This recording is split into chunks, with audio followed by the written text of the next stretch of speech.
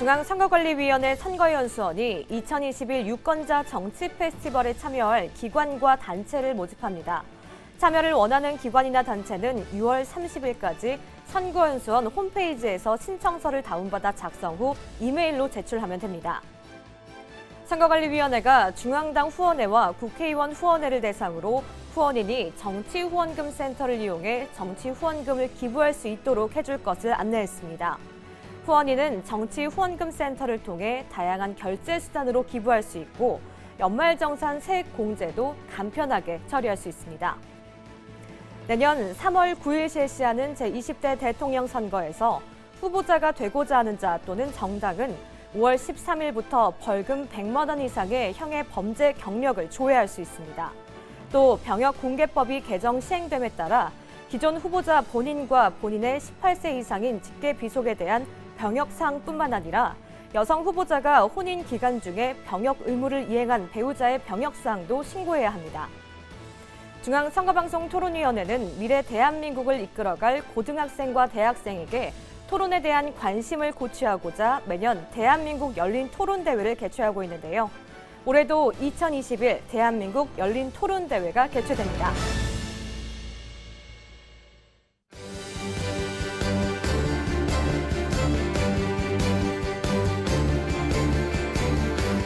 시청자 여러분 안녕하십니까? 한국 선거방송 뉴스입니다. 중앙선거관리위원회 선거연수원은 지난 2018년부터 유권자와 정치인이 참여하는 소통과 화합의 축제, 유권자 정치 페스티벌을 개최하고 있습니다. 올해도 오는 10월 28일부터 3일 동안 2021 유권자 정치 페스티벌을 개최하는데요. 프로그램에 참여할 기관과 단체를 모집하고 있다는 소식 전해드립니다. 중앙선거관리위원회 선거연수원이 2021 유권자 정치 페스티벌에 참여할 기관과 단체를 모집합니다. 유권자 정치 페스티벌은 유권자가 민주주의를 주제로 선거와 정치 참여의 중요성에 대해 소통하는 화합의 행사인데요. 올해는 10월 28일부터 30일까지 3일 동안 경기도 수원시 선거연수원 일대에서 개최합니다.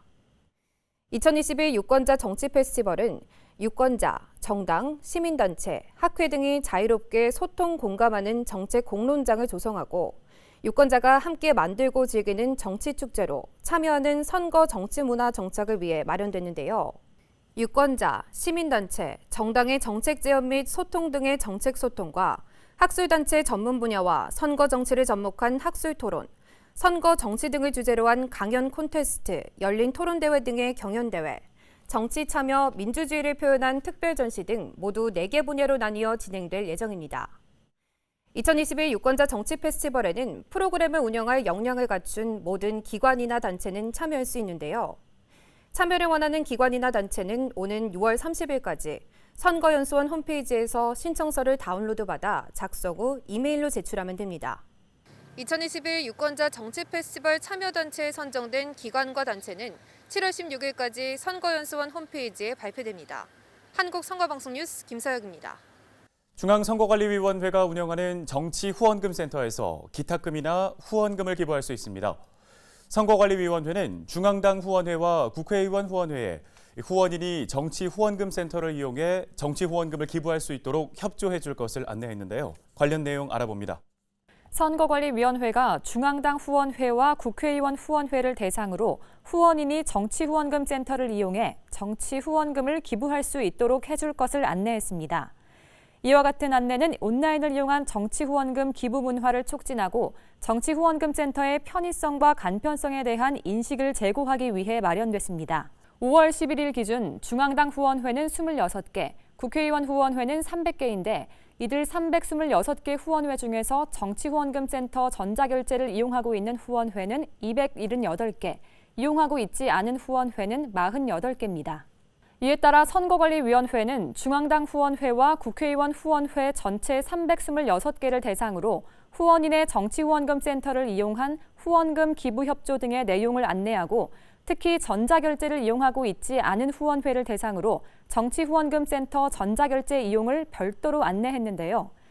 중앙선거관리위원회는 후원인이 인터넷 환경에서 정치자금을 편리하게 기부할 수 있도록 정치후원금 센터를 운영하고 있다며 후원인이 정치후원금 센터에서 다양한 결제 수단을 통해 정치후원금을 기부할 수 있고 연말정산 세액공제도 간편하게 처리할 수 있는 만큼 많은 이용을 바란다고 전했습니다. 내년 3월 9일 제20대 대통령 선거가 실시됩니다. 중앙선거관리위원회는 이와 관련해서 후보자의 전과 기록 조회 및 병역사항 신고 등에 대한 내용을 안내했는데요. 자세한 내용 전해드립니다. 공직선거에 출마하고자 하는 자는 피선거권에 관한 증명서류, 등록 대상 재산에 관한 신고서, 병역사항에 관한 신고서, 최근 5년간의 후보자, 그의 배우자와 직계 좀비 속에 소득세, 재산세, 종합부동산세의 납부 및 체납에 관한 신고서, 벌금 100만 원 이상의 형의 범죄 경력에 관한 증명서류 등 법에서 정한 구비서류를 선거관리위원회에 제출해야 합니다. 이 중 범죄 경력에 관한 증명서류는 공직선거의 후보자가 되고자 하는 자 또는 정당이 선거기간 개시일 전 150일부터, 대통령 선거의 경우 예비후보자 등록 신청 개시일 전 60일부터 전과 기록을 국가경찰관서의 장에게 조회할 수 있는데요. 이에 내년 3월 9일에 실시하는 제20대 대통령 선거에서 후보자가 되고자 하는 자 또는 정당은 5월 13일부터 본인 또는 후보자가 되고자 하는 소속 당원의 벌금 100만 원 이상의 형의 범죄 경력을 국가경찰관서의 장에게 조회할 수 있습니다. 또한 공직자의 투명한 병역 문화 조성을 위하여 병역사항 신고 및 공개 대상자에 배우자를 추가하는 병역공개법이 개정 시행됨에 따라 제20대 대통령 선거부터는 기존 후보자 본인과 본인의 18세 이상인 직계비속에 대한 병역사항뿐 아니라 여성 후보자가 혼인기간 중에 병역 의무를 이행한 배우자의 병역사항도 신고해야 합니다. 중앙선거관리위원회는 제20대 대통령 선거 후보자와 관련한 전과 기록 조회 및 병역사항 신고 사항을 안내하며 전과 기록이나 병역사항 신고 대상자가 누락되지 않도록 주의를 당부했습니다. 중앙선거방송토론위원회는 미래 대한민국을 이끌어갈 고등학생과 대학생에게 토론에 대한 관심을 고취하고자 매년 대한민국 열린토론대회를 개최하고 있습니다. 올해에도 2021 대한민국 열린토론대회가 개최됐는데요. 관련 소식 알아봅니다. 오는 10월 29일 선거연수원에서 중앙선거방송토론위원회가 주최하는 2021 대한민국 열린토론대회 준결승과 결승이 열립니다. 대한민국 열린토론대회는 중앙선거방송토론위원회가 올바르고 성숙한 토론문화 확산을 위해 대학생과 고등학생을 대상으로 매년 개최하는 대회인데요. 논제에 대해 찬성과 반대로 나누어 자유토론 후 승패를 결정합니다. 2021 대한민국 열린토론대회는 8월 17일 고등학생부 예선, 8월 18일과 19일에는 대학생부 예선이 진행되고 8월 21일에는 본선, 10월 29일 준결승과 결승이 진행되는데요. 예선은 화상회의 시스템을 통한 조별리그 비대면 토론으로 진행되며 본선과 준결승, 결승은 선거연수원에서 대면으로 토너먼트 형식으로 진행됩니다. 다만 코로나19 확산 상황 및 방역 지침 등에 따라 개최 일정 및 방법 등은 변경될 수 있습니다. 한편 중앙선거방송토론위원회는 2021 대한민국 열린토론대회에 참여할 대학생 총 80팀을 모집합니다. 국내 대학에 재학 중인 학생이라면 2인 1팀으로 참여할 수 있는데 7월 2일부터 12일까지 중앙선거방송토론위원회 홈페이지에 접속 후 소정의 양식과 서류를 작성해 제출하면 됩니다. 고등학생부에 참가를 희망하는 고등학생은 관할 시도선거방송토론위원회에 문의하면 자세한 안내를 받을 수 있습니다.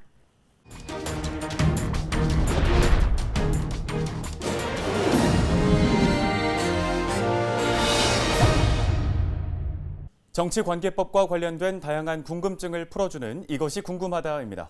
오늘은 전화를 이용한 선거운동에 대해서 이소민 리포터가 자세히 설명해 드립니다. 오늘 이것이 궁금하다의 주제는 전화를 이용한 선거운동입니다. 2020년 12월 국민의 높아진 정치의식과 변화된 선거 환경을 반영하고 선거운동의 자유를 확대하기 위해서 전화로 하는 선거운동이 선거일을 제외하고 상시 허용됐습니다. 선거운동을 할 수 있는 사람이라면 누구든지 선거일이 아닌 때에 전화를 이용한 선거운동이 가능한데 이때 전화는 송수화자 간 직접 통화하는 방식만 가능하며 컴퓨터를 이용한 자동 송신장치를 설치한 전화는 제외됩니다. ARS 자동전화 등 컴퓨터를 이용한 자동 송신장치를 설치한 전화 선거운동을 금지한 것은 일방적이고 무차별적인 전화 선거운동으로 인한 폐해가 발생하지 않도록 하고 일상의 평온을 보호하기 위해서인데요. 하지만 정보통신의 발전에 따라 새로운 형태의 통신수단이 구축되고 전화를 걸 수 있는 다양한 방법들이 생기고 있습니다. 이러한 통신수단과 방법이 공직선거법에 저촉되는 사안인지의 여부를 가리는 것도 중요해졌는데요. 컴퓨터 화면을 터치하거나 전화기의 특정 버튼을 누르면 하나의 전화번호가 시스템의 주소록에서 인터넷 전화기에 입력되면서 전화가 걸리는 시스템을 이용하여 선거운동을 할 경우는 어떨까요? 먼저 컴퓨터의 특정 버튼을 터치하면 사전에 입력된 전화번호로 전화를 거는 방식은 컴퓨터를 이용한 송신장치를 설치한 전화에 해당합니다. 그런데 이 시스템이 자동송신에 해당할까요? 앞서 언급한 시스템의 전화 거는 방식이 자동송신에 해당하기 위해서는 기계나 설비 따위가 자체 내에 있는 일정한 장치의 작용에 의하여 스스로 작동해야 하는데요. 하지만 전화를 걸 때마다 사람이 컴퓨터를 터치하는 등의 조작을 해야만 전화를 할 수 있기 때문에 스스로 작동하는 것으로 볼 수 없습니다. 과거 중앙선거관리위원회는 문자 발송 버튼을 한 번만 눌러 자동으로 동시에 20명씩 계속 문자 메시지를 전송하는 방식은 자동 동보통신에 해당하는 것으로 보았지만 문자 메시지를 20명씩 매회 전송하는 때마다 버튼을 누르는 방식은 자동 동보통신의 방법으로 보지 않았는데요. 따라서 컴퓨터를 이용한 송신장치를 설치한 전화기로 전화를 걸 때마다 수동으로 터치하는 방법은 공직선거법에서 제한하고 있는 자동송신에 해당하지 않기 때문에 선거운동을 위해서 사용할 수 있습니다. 어떠세요? 이제 궁금증이 좀 풀리셨나요? 지금까지 이것이 궁금하다였습니다.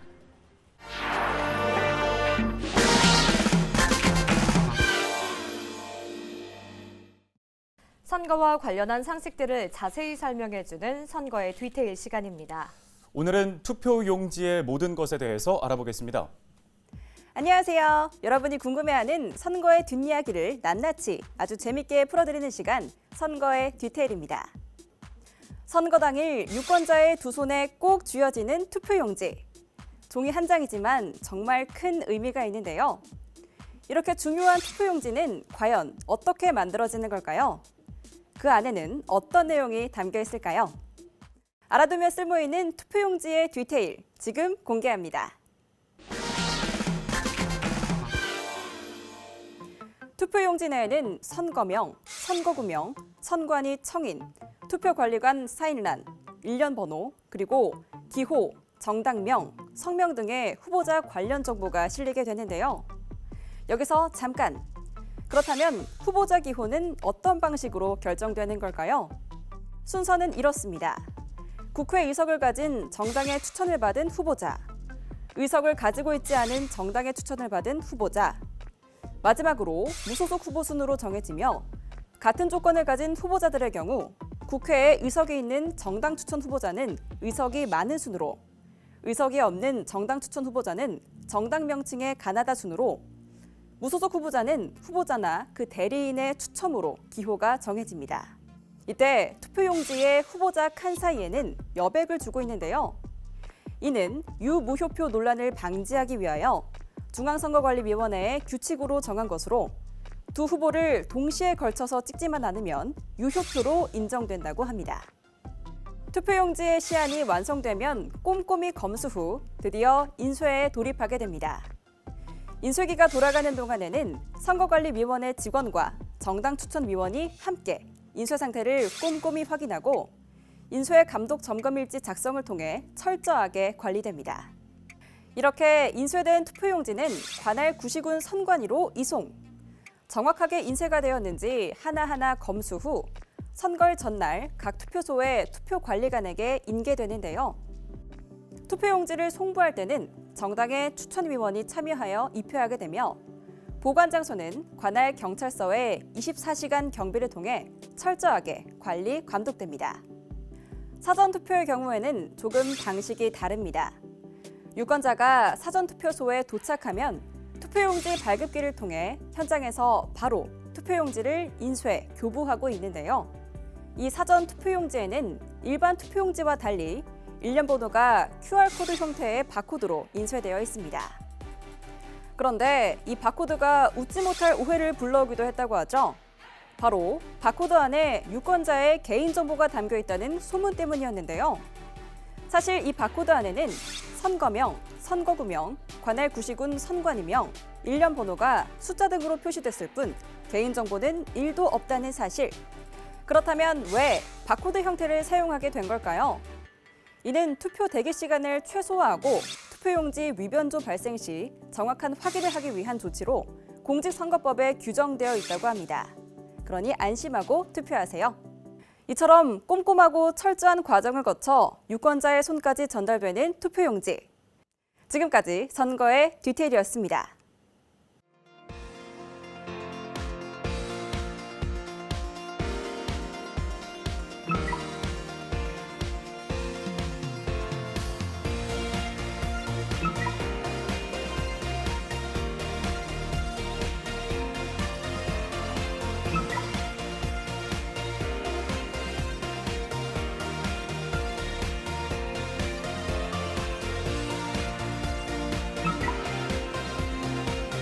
Three, two, one.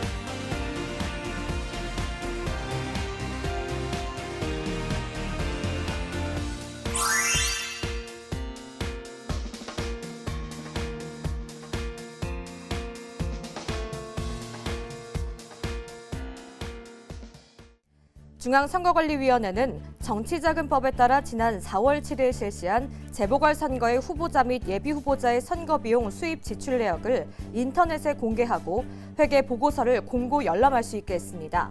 선거비용 수입 지출 내역은 오는 8월 16일까지 열람할 수 있습니다. 중앙선거여론조사심의위원회가 현행 선거 여론조사 제도의 개선 방안 마련을 주제로 논문 공모를 실시합니다. 이번 논문 공모는 국내 대학 및 대학원에 재학 중인 학생이면 누구나 참여할 수 있으며 현행 선거 여론조사 제도의 개선 방안에 대한 주제로 자유롭게 선정할 수 있습니다. 참가를 희망하는 대학생과 대학원생은 오는 7월 30일까지 중앙여론조사심의위원회 담당자 이메일로 제출하면 됩니다. 중앙선거관리위원회 선거연수원이 민주주의 발전에 기여하는 정치사회 지도자 양성 과정인 제14기 민주시민정치 아카데미 수강생을 모집합니다. 제14기 민주시민정치 아카데미 수강생은 대한민국 유권자라면 누구나 신청할 수 있으며 오는 6월 30일까지 선거연수원 홈페이지에서 신청하면 됩니다. 중앙선거관리위원회 선거연수원이 제10회 강연 콘테스트 참가자를 모집합니다. 청소년부와 일반부로 나뉘어 예선, 본선, 결선으로 진행되는 강연 콘테스트는 대한민국 국민 누구나 참여할 수 있는데요. 참가를 희망하는 사람은 오는 7월 30일까지 강의, 연극, 춤, 노래 등 형식에 제한 없이 7분 이내의 영상을 제작해 선거연수원 홈페이지에 접수하면 됩니다.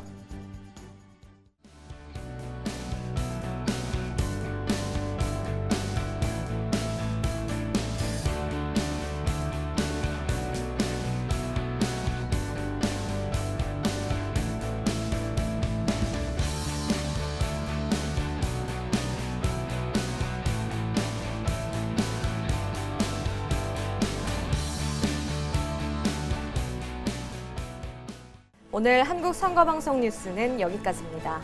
시청해주신 여러분 고맙습니다.